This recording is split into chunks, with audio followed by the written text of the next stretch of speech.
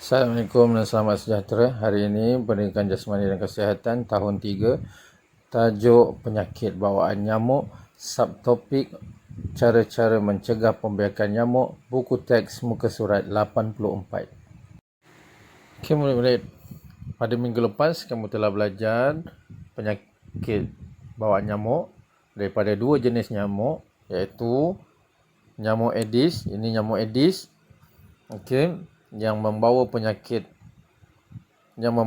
denggi, dan yang kedua ialah penyamuk tiruk yang membawa penyakit demam malaria. Okey, kedua-dua penyakit ini sangat berbahaya. Saya dapat cari satu data pada tahun 2014 hingga 2018. Okey, statistik ini menunjukkan demam denggi daripada 2014 hingga 2018, demam denggi paling banyak 2018 80,210 kes, manakala demam denggi berdarah pun banyak juga sehingga 405 kes pada 2018, dan demam malaria 4,630 pada tahun 2018. Okey, ini menunjukkan bahawa penyakit demam denggi dan demam malaria adalah sangat berbahaya.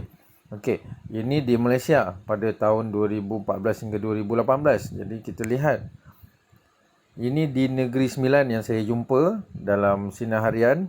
Okey, kes 13, okey, kes pada tahun Disember sehingga Disember 2020, dia menunjukkan Negeri Sembilan ada 2858 kes berbanding 2254 kes pada tahun 2019. Okey, menunjukkan 27% peningkatan kes demam denggi. Okey, yang paling banyak di Negeri Sembilan 2,441 kes di daerah Seremban sahaja, 98 kes di Tampin, Port Dickson 90 kes, Jempol 80 kes, di Rembau 69 kes, Jelebu 54 dan Kuala Pilah 25 kes. Okey, ini menunjukkan demam denggi berbahaya. Demam denggi dan juga demam malaria adalah penyakit bawaan nyamuk yang sangat bahaya. So, macam mana dia merebak? Ini adalah tempat pembiakan nyamuk.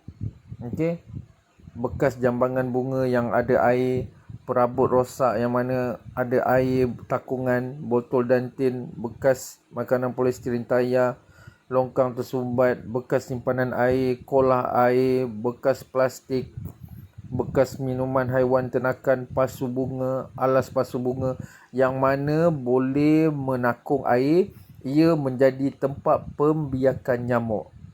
Okey, ia akan menjadi tempat pembiakan nyamuk. Nyamuk akan bertelur kat situ dan dia akan keluar jentik-jentik. Ni macam ni, jentik-jentik dalam bekas takungan air yang tidak dibersihkan. Okey, jentik-jentik ni akan berubah menjadi seekor nyamuk. Okey, kalau ni seekor, kalau 20 dalam bekas tu 20 ekor nyamuk. Kalau ada 100 ekor nyamuk. Jadi saya jumpa juga di berita harian online. Okey, ini berita pada tahun 2019. Nilai compound adalah RM1000 untuk seekor jentik-jentik. Okey, nilai compound adalah 1000 bagi seekor jentik-jentik. Sekiranya ada seekor jentik-jentik di rumah kamu dan pejabat kesihatan, pegawai kesihatan datang periksa ada seekor, nilainya adalah 1000 compound. Okey, jadi untuk mengelakkan kita menternak nyamuk ni, okey, kita perlu mencegahnya. Okey, macam mana cara mencegahnya? Kita akan sambung selepas ini.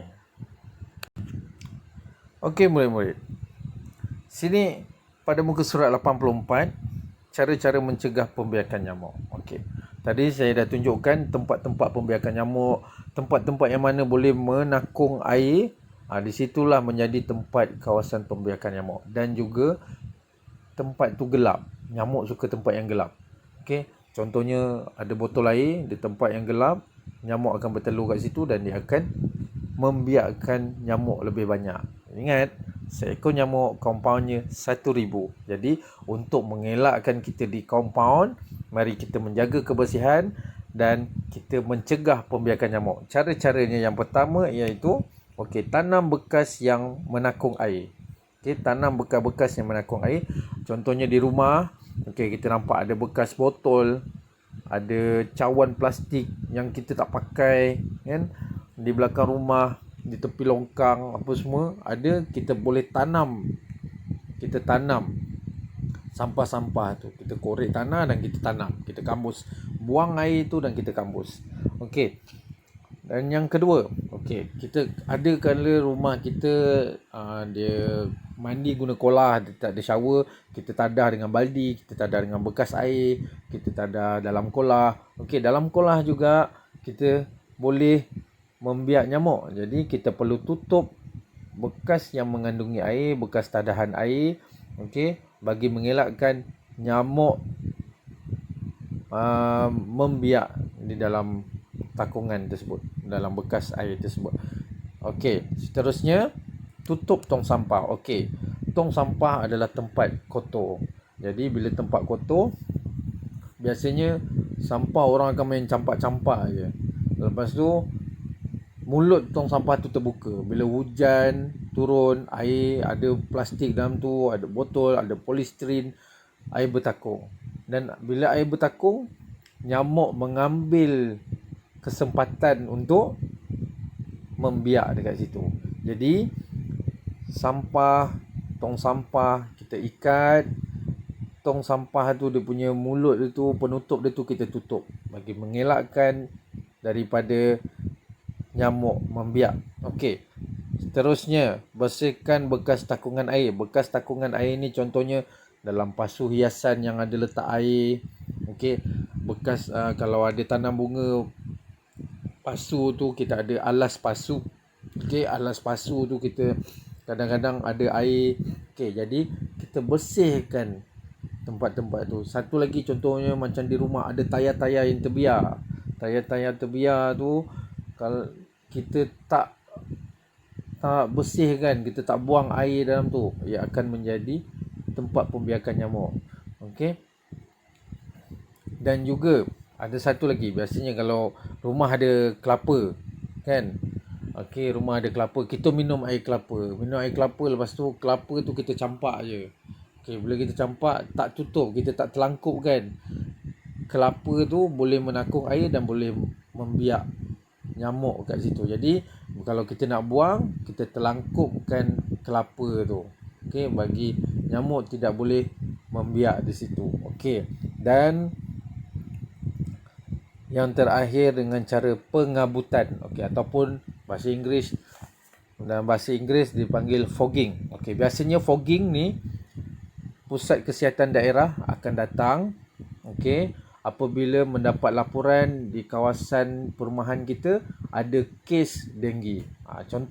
Contohnya di Taman A ada satu kes denggi, nanti pusat kesihatan daerah akan datang, dia akan bawa tim fogging ni, dia akan sembur asap.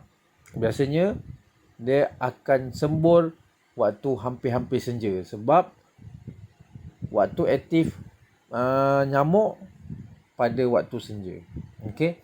So ini adalah 5 cara untuk mencegah pembiakan nyamuk.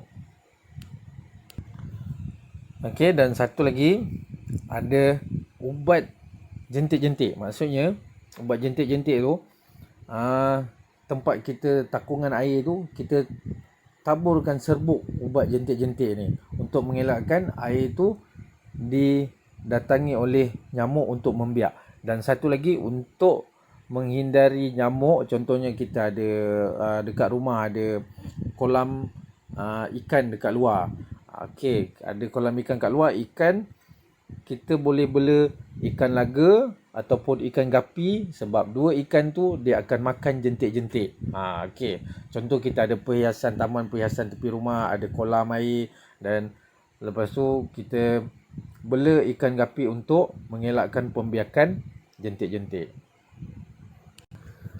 Okey murid-murid, setakat ini saja sesi pembelajaran kita. Jadi kamu dikendaki membuat latihan yang telah saya berikan dan tuliskan senarai nama, tuliskan nama kamu pada laporan PDPR di dalam WhatsApp group kelas 3 inovatif. Okey, sekian, terima kasih.